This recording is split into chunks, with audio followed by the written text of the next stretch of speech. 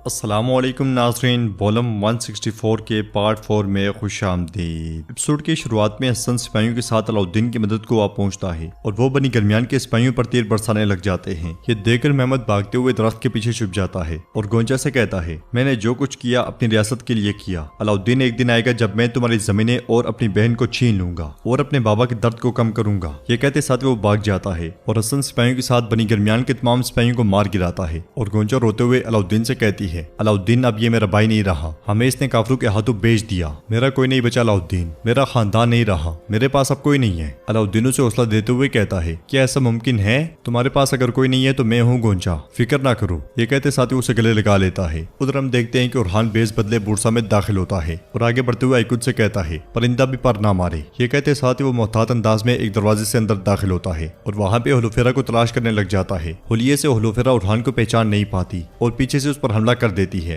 मगर उरहान खंजर पकड़ लेता है जिससे उसका हाथ जख्मी होता है। उरहान को देखकर हुलफेरा परेशान हो जाती है और जख्म को देखते हुए उरहान कहता है, लगता है इस जख्म के मुकद्दर में हमेशा खून बहना ही लिखा है गवर्नर की बेटी। ये सुनते साथ ही हुलफेरा एकदम उसका जख्म बांध देती है। फिर पूछती है, क्या उस्मान साहब ठीक हैं? कुस्तानतीन ने उनके लिए जाल बिछाया था। तो उरहान कहता है, मेरे बाबा उस जाल से बाहिफाजत बच निकले जो उस कुत्ते ने उनके लिए बिछाया था, लेकिन कुस्तानतीन उस्मान साहब के गजब से नहीं बच सका। हमने तुम्हारे बाबा और तमाम मजलूमों का इंतकाम ले लिया। कुस्तानतीन मर गया है। ये सुनते साथ ही हुलफेरा बहुत खुश होती है और उससे गले लग जाती है। फिर सोचते हुए एकदम से पीछे हट जाती है और उससे कहती है, तुम्हें आने की जरूरत नहीं थी, तुम सिपाहियों के जरिए पैगाम भेज सकते थे। जवाबन उरहान कहता है, हुलफेरा, हमने अपना फर्ज मुकम्मल कर लिया है, मैं तुम्हें यहाँ से लेने आया हूँ। बाबा चाहते हैं कि तुम किसी महफूज जगह रहो। अगर तुम हमारे कबीले में नहीं रहना चाहती तो तुम किसी भी शहर में रह सकती हो। मगर हुलफेरा कहती है, हर वो शख्स जो तुम्हारे साथ मेरे ताल्लुक के बारे में जानता था मर गया। अब मैं महफूज हूँ उरहान, और यहाँ मेरा काम खत्म नहीं हुआ। कुस्तानतीन मर गया, लेकिन उसके बाबा और मेरे चचा अभी तक जिंदा हैं। मैं उनके पीछे जाऊंगी चाहे मुझे कुस्तुनतुनिया भी जाना पड़े। अब से मैं सिर्फ इंतकाम के लिए जीऊंगी, लेकिन चाहे मैं जहां भी रहूं मैं उस्मान साहब की खिदमत करना जारी रखूंगी। यह सुनते हुए उरहान कहता है, जबकि तुम्हारा यही फैसला है तो मैं तुम्हें नहीं रोकूंगा। हुलफेरा कहती है, मुझे याद है कि तुमने कहा था कि मुकद्दर ही मुझे तुम्हारे पास ले आया है। अब वही हमारी राहें जुदा कर रहा है। तुम कबीले में अपनी खातून के पास जाओ, तुम बहुत खुश रहोगे और फिर मुझे भी खुशी होगी। यह सुनकर उरहान उससे कहता है, तुम्हारी मुस्कुराहट कभी खत्म ना हो, यहाँ तक कि मैं तुम्हें ना भी मिलूं। इंशाअल्लाह तुम हमेशा बहुत खुश रहोगी। यह सुनते साथ ही हुलफेरा गमगीन होते हुए कहती है, अब जाओ उरहान। उरहान भी बहुत परेशान होता है तो हुलफेरा उससे कहती है, अलविदा उरहान। यह सुनते साथ ही उरहान पलट जाता है और एक बार पलट कर देखने के बाद दरवाजा बंद कर देता है। दोनों की आंखें नम होती हैं और उरहान के चले जाने के बाद हुलफेरा बहुत रोती है। इधर उस्मान साहब सिपाहियों के साथ कबीले में दाखिल होते हैं। लोग पुरजोश अंदाज में उन्हें खुशामदीद कहते हैं और उनके हक में नारे भी बुलंद करते हैं। उस्मान साहब को सही सलामत देखकर उनके घर वाले भी बहुत खुश होते हैं। जबरदस्त अंदाज में खुशामदीद कहने पर उस्मान साहब सीने पर हाथ रखकर उनके शुक्रिया अदा करते हैं। बाला खातून उस्मान साहब से उनका हाल अहवाल पूछती हैं तो उस्मान साहब कहते हैं, मैं ठीक हूँ बाला।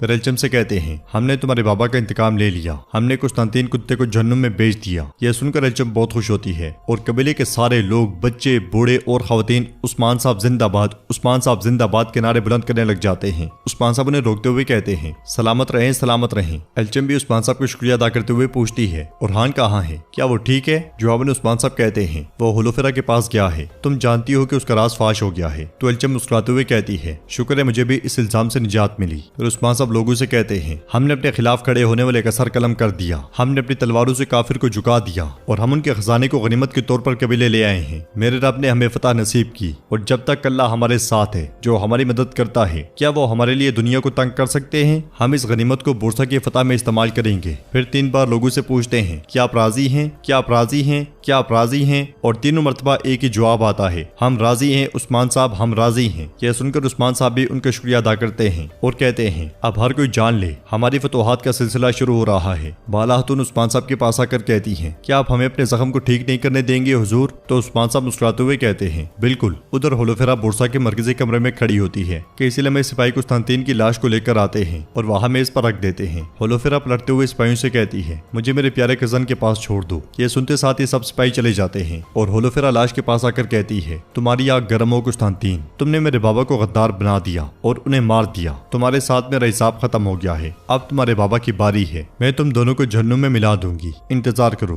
काई कबीले में उस्मान साहब सो रहे होते हैं और बाला खातून उनके पास बैठते हुए कहती हैं, तुमने मुझे इस बार बहुत डराया मेरे उस्मान, अल्लाह तुम्हारी हिफाजत करे और मुझे तुम्हारी जुदाई की तकलीफ से 2-4 ना करे। तो उस्मान साहब आंखें खोलते हुए कहते हैं, लगता है मुझे तुमने बहुत याद किया बाला। जवाबन बाला खातून मुस्कुराते हुए कहती हैं, क्या मैंने तुम्हें जगा दिया? उस्मान साहब उनसे प्यार करते हुए पूछते हैं तुम मुझे सोते हुए क्यों देख रही थी? तो बाला खातून कहती है मैं बहुत डर गई थी उस्मान, मैं बहुत डर गई थी। मैं अपने अंदर के डर को जाहिर भी नहीं कर सकती थी क्योंकि मुझे मजबूत नजर आना था। तो उस्मान साहब पूछते हैं बताओ किस चीज ने डराया? जवाब में बाला खातून कहती है मैं सिर्फ तुम्हें खोने से डरती हूँ, मैं तुम्हारे दूर जाने से डरती हूँ। यह सुनकर उस्मान साहब उन्हें गले लगा लेते हैं और कहते हैं तुम बिल्कुल भी खौफजदा ना हो, तुम मेरे दिन का सूरज और रात की चांदनी हो, तुम मेरे रास्ते को रोशन करने वाली हो, तुम्हारी दुआएं ही मेरी हिफाजत करती हैं, बिल्कुल फिक्र ना करो। तो बाला खातून कहती हैं इसलिए तुम दुश्मन के पीछे अकेले ही चले जाते हो उस्मान। जवाबन उस्मान साहब हंसते हुए कहते हैं लेकिन मैं अकेला नहीं होता। फिर उनके हाथ पर जख्म देखते हुए कहते हैं अच्छा ये क्या है, ये जख्म कैसा है? तो बाला खातून कहती है कुछ नहीं हुआ, तरबियत के दौरान ये लग गया, तुम्हें बहुत याद करने की वजह से मैंने अपना दिमाग खो दिया। यह सुनकर उस्मान साहब कहते हैं लेकिन तुम्हें पता है